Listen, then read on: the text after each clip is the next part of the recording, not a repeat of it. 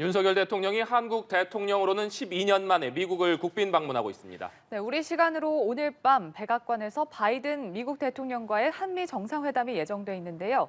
자세한 내용 봉영식 연세대 통일연구원 전문연구위원과 알아보겠습니다. 어서 오십시오. 어서 오십시오. 네. 말씀드린 대로 미국을 국빈 방문 중인 윤석열 대통령이 이틀 동안 우리 돈으로 약 8조 원 규모의 투자를 유치를 했습니다. 이것뿐만 아니라 안보와 경제, 특히나 우주 산업에서도 협력하는 모습을 보이면서 전방위적으로 한미 간의 약간의 협력이 증진되는 이런 모습을 보이고 있거든요. 어떻게 평가하고 계십니까? 예, 그렇습니다. 사실 이번 윤석열 대통령의 그 미국 방문은 국빈 방문이라는 네. 굉장히 중요성이 있죠. 한미동맹 체결 70주년을 기념하면서. 하지만 한편으로는 밀린 과제를 양 정부가 정상 간에 실천하기로 합의하라는 또 중요한 의미가 있습니다. 즉 2021년 5월에 문재인 대통령과 바이든 대통령의 정상회담에서 양국이 합의한 내용, 네. 그리고 그 다음에 그 윤석열 대통령과 바이든 대통령이 서울에서 정상회담을 하고 비슷한 내용을 합의했는데 그것이 러시아의 우크라이나 침공 그리고 계속되는 코로나 팬데믹으로 실행에 옮기지 못하고 정체 상태에 있었습니다. 그 와중에 대만 해협에서 긴장은 고조되었고 우크라이나 전쟁은 1년을 넘기고 장기화되었고 북한은 핵 선제 사용까지 법제화하면서 핵과 미사일을 고도화했습니다. 그래서 그동안 적체되었던 과제를 이제는 실천할 때가 됐다. 그런 로드맵을 구체적으로 정상이 이야기하고 실행을 약속하는 그런 자리라고 보시면 되겠고 네. 그 차원에서 본다면은 문재인 대통령과 바이든 대통령이 이미 합의를 봤습니다. 한국도 달나라에 인간 우주선을 보내는 계획 아르테미스 협정에 참여하는 것을 미국이 환영하고 지원한다고 약속을 했고 그것이 윤석열 대통령과의 서울 정상회담 다시 한번 확인이 됐는데 이번에 이제 고다드 나사 우주국에서도 윤석열 대통령과 카멜라 해리스 부통령이 이야기했듯이 이제 기술 강국 한국이 항공 우주 분야에서 미국과 협력하고 자리매김을 할 자리가 되었다. 이것을 다시 한번 확인한 것입니다. 예. 순방 직전에 미국의 도감청 의혹이 불거졌던 만큼 관련 내용이 이번 정상회담에서도 나올지도 관심인데 윤석열 대통령이 미국 언론과의 인터뷰에서 이번 사건과 관련해서 한미동맹의 신뢰를 강조한 그런 입장을 밝혔거든요. 어떻게 보셨는지요? 주권 국가의 그 안보 대화를 허락 없이 이렇게 도청 감청했다는 건 사실 불법적인 행동이고 지탄받아야 마땅할 사안입니다. 하지만 이제 사과를 요구하는 것이 이제 한국의 국익에 더 도움이 되는가? 아니면 그렇게 우수한 미국의 그런 정보 획득 분석 능력을 우리가 유리한 쪽으로 확보하는 것이 더 국익에 도움이 되는가? 윤석열 정부가 큰 고민이 많았을 것이라고 생각합니다. 사실 이 뉴욕타임스 보도가 나가면서 한미 정상회담 그리고 윤석열 대통령의 12년 대통령으로서 12년 만에 국빈 방문의 이제 취지라든지 그런 게 퇴색이 된 면이 없지 않고 국민 여론이 이번에 이런 일도 당했으니까 좀 더 한국이 많은 성과를 얻어와야 되는 것이 아니냐 하는 기대도 높아진 것이 사실입니다. 하지만 이제 윤석열 대통령은 그 나름대로 고심을 하고 전략적인 선택을 한 것으로 보입니다. 그것은 이제 실용주의적인 선택이겠죠. 이렇게 대한민국의 그 대통령실 안에서 안보실장과 외교비서관이 사적인 대화를 하는 것을 도감청할 수 있을 정도의 미국의 정보력을 만약에 우리가 좀 더 접근을 하고 획득을 할 수 있다면 북핵 미사일에 대응하고 또 이제 한반도에서의 군사적 긴장이 고조된 상황에서 우리의 안보 능력이 좀 더 큰 도움을 받는 것도 사실입니다. 그래서 그런 면에서는 좀 실용적인 대응을 채택한 것이 아닌가 생각합니다. 사실 우리가 그 미국의 이런 그 정보 획득을 방어할 능력이 있다면 이런 일이 없었겠지만 미국이 이런 측면에서는 어느 나라보다 뛰어난 기술을 가지고 있기 때문에 그게 불편한 현실입니다. 예를 들자면은 제가 이 스튜디오에 제 핸드폰을 가져왔습니다. 전원을 껐어요. 하지만 가져왔기 때문에 우리는 이 스튜디오 안에 그 데스크탑 컴퓨터를 하나 놓고 저희가 하는 대화 그리고 여기 촬영이 지금 진행되고 있다고 봐도 과언이 아닙니다. 그럼 그만큼 미국의 그런 정보 획득 능력이 워낙 앞서 있기 네. 때문에 우리가 어떤 것을 도감청 당하고 흘려보내고 있는지를 우리가 알지도 못하는 상황이고 그렇습니다. 그런 면에서 본다면은 그 엄중한 현실을 어떻게 하면 감정적으로 대응하지 않고 우리에게 가장 도움이 되는 방향으로 이용할 것인가를 고민한 흔적이 이번 윤석열 대통령의 발언에 좀 묻어 나오는 것 같습니다. 네. 앞서 윤석열 대통령이 로이터 통신과의 인터뷰에서 우크라이나에 대한 조건부 무기 지원 가능성을 밝히면서 러시아가 강하게 반발하고 있는 상황입니다. 그런 상황 속에서 윤석열 대통령이 우크라이나 지원 문제에 대해서는 백악관으로부터 지원을 강화하라는 압력을 받지 않고 있다 이렇게 밝혔습니다. 그렇기 때문에 과연 이번 정상회담 테이블에 우크라이나에 대한 지원 문제가 오를 것이냐 이 부분도 관심이거든요. 어떻게 전망하십니까? 대통령실 관계자가 그 질문을 받았을 네. 때 그 윤석열 대통령 그와 영부인이 아직 그 순방길에 떠나기 전이었습니다. 그 정상 간의 회담에서는 어떤 아젠다가 구체적으로 이제 정해지는 것은 사실 그 흔치 않습니다. 네. 그렇지만 이제 대통령 선에서 이제 격의 없이 또 신뢰를 바탕으로 중요한 문제를 논의하는 것은 그 예상을 할 수 있는 문제죠. 특히 그 백악관에서 이번에 한국 정부가 여러 가지 논란에도 불구하고 50만 발의 152mm 포탄을 미국에 대여했다는 결정을 크게 환영하고 감사를 표시했습니다. 커비 조종관이 이야기를 했죠. 여기서 대여입니다. 판매를 한 것이 아니기 때문에 네. 언제든지 문제가 생기면 우리가 미국에게 그 포탄을 돌려달라고 이야기를 할 수 있죠. 그래서 우리는 교전 국가에게 대량 살살 무기를 제공하지 않는다는 원칙에서 아직 벗어난 것은 아니기 때문에 우리 정부가 이미 이야기했듯이 윤석열 대통령의 이 로이터 통신과의 회견을 보면은 우리가 우크라이나의 군수를 지원하는 것은 대단히 엄중한 현실이 우크라이나 전쟁에 다가왔을 때입니다. 그 민간인에 대한 대규모 공격이나 국제사회에서 묵과할 수 없는 대량 학살, 전쟁법을 중대하게 위반한 사안이 발생할 때는 인도 지원에 더해서 재정 지원에 더해서 군사 지원까지도 고려할 수 있다는 게 대통령 말씀의 취지거든요. 네. 그러니까 그 대통령께서 이야기한 대로 한국이 앞으로 우크라이나 사태에서 어떤 지원을 할 것인지는 앞으로 러시아가 어떤 행동을 할까에 달려 있다. 즉 열쇠는 러시아가 쥐고 있다는 것이 우리의 입장이고 뭐 그렇다면은 러시아는 우리가 첨단 무기를 북한에게 제공할 수도 있다. 이것이 대가다. 이런 경고까지 했습니다. 네. 하지만 그렇게 된다면은 만약에 우크라이나 전쟁이 끝나고 나서 러시아가 경제 회복을 할 때 과연 한국과 어느 정도까지 신뢰를 바탕으로 협력을 할 수 있을 것인가? 예. 이것도 러시아 쪽으로서는 큰 고민이 될 것이고 또 러시아가 그렇게까지 우리에 대해서 이런 압박을 가한다면은 만약에라도 러시아가 유엔 안보리 상임 이사국으로서 네. 또 동북아시아에서 핵 비확산에 큰 이익을 가지고 있는 책임 있는 국가로서 북한을 제어하는 데 이제까지 좀 더 책임 있는 행동을 보였다면은 한국도 러시아와 좀 더 긴밀하게 신뢰를 가지고 협조하지 않았을까 이런 말씀도 드리겠습니다. 예. 대만 문제와 관련해서 윤석열 대통령이 대만 해협에서 평화와 안정을 유지하는 것이 중요하다. 힘에 의한 현상 변경에는 반대한다라는 입장을 밝혔습니다. 이번 정상회담 테이블에서 대만 문제가 논의가 된다면 또 관련해서 어떤 메시지가 나온다면 중국의 반발은 어떻게 예상하시는지요? 누구든지 좀 이렇게 그 심한 말을 들으면 당연히 기분이 나쁘죠. 섭섭하고. 하지만 윤석열 대통령이나 우리 정부가 그렇게까지 괴념할 필요는 없다는 말씀을 드리겠습니다.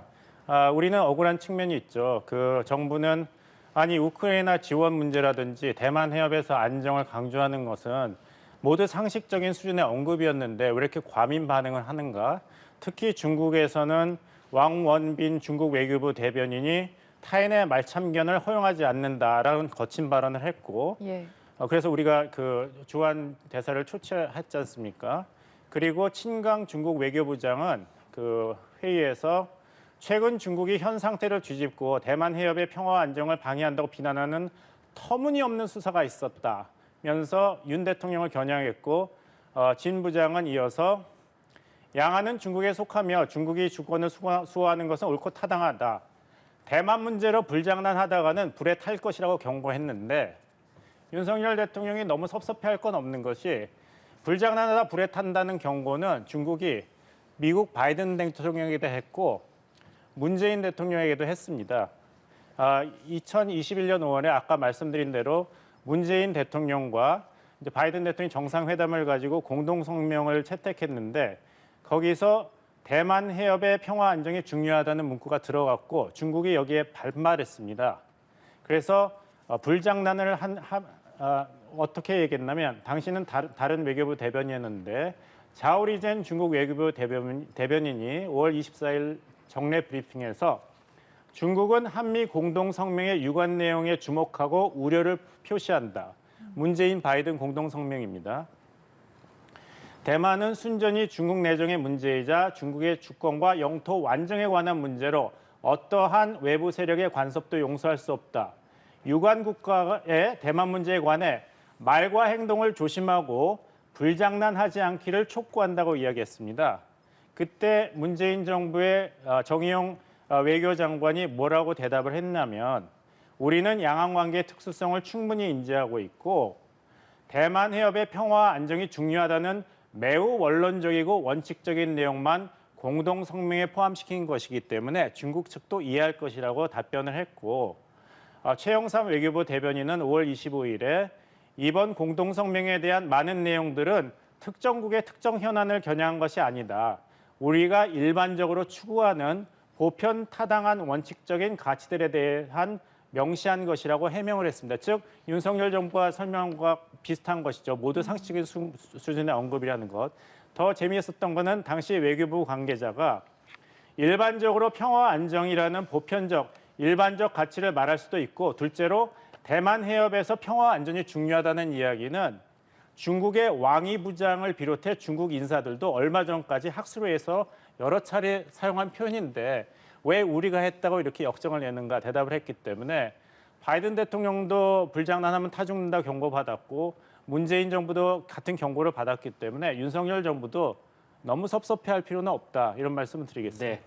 이제 우리 시간으로 오늘 밤에 한미 정상회담이 개최가 되는데 역시 최우선 의제라고 한다면 북한의 핵 위협에 맞서서 미국이 핵 자산 등을 제공하는 확장 억제 강화 아니겠습니까? 한미 양국이 이미 확장 억제와 관련해서는 별도의 문건이 발표될 것이다 이렇게 밝힌 바가 있습니다. 미국이 확장 억제와 관련해서 문건으로 무엇인가를 내놓는 것이 이번이 처음이라면서요? 예, 그렇습니다. 이 정상 간의 이제 회담이 있고 나선 공동 성명을 발표하는 것이 외교적인 그런 관례죠. 하지만 이번에 두 차례 한미 정상회담 공동 성명에서는 미국은 핵을 포함한 모든 가용한 전략 자산을 동원해서 한국에게 확장 억제를 제공한다. 즉 해구산을 제공한다고 약속을 했습니다. 하지만 우리 국민이 안심하는 수준이라든지 북한 정권이 두려워할 만한 수준의 구체적인 안보 공약이라고 보기엔 부족하다는 것이 이제 윤석열 정부의 판단이었던 것 같습니다. 그래서 3월에 이제 한일 정상회담 출발을 앞두고 요미우리 신문과의 그 인터뷰에서도 윤석열 대통령이 우리는 일본에 버금가는 이제 핵 기술 수준을 가지고 있는데 우리는 왜 재처리라든지 권한이 없는가? 한국의 이제 독자적인 핵 무장에 대한 국민의 여론이 높다. 이런 일종의 경고 메시지를 일본뿐만 아니라 미국의 바이든 행정부에도 이제 발사를 했습니다. 네. 그래서 미국 입장에서 본다면 고도화된 북한의 핵 미사일 위협에 언제까지 동맹국 한국에게 우리가 확장 억제를 제공할 테니 안심하여라.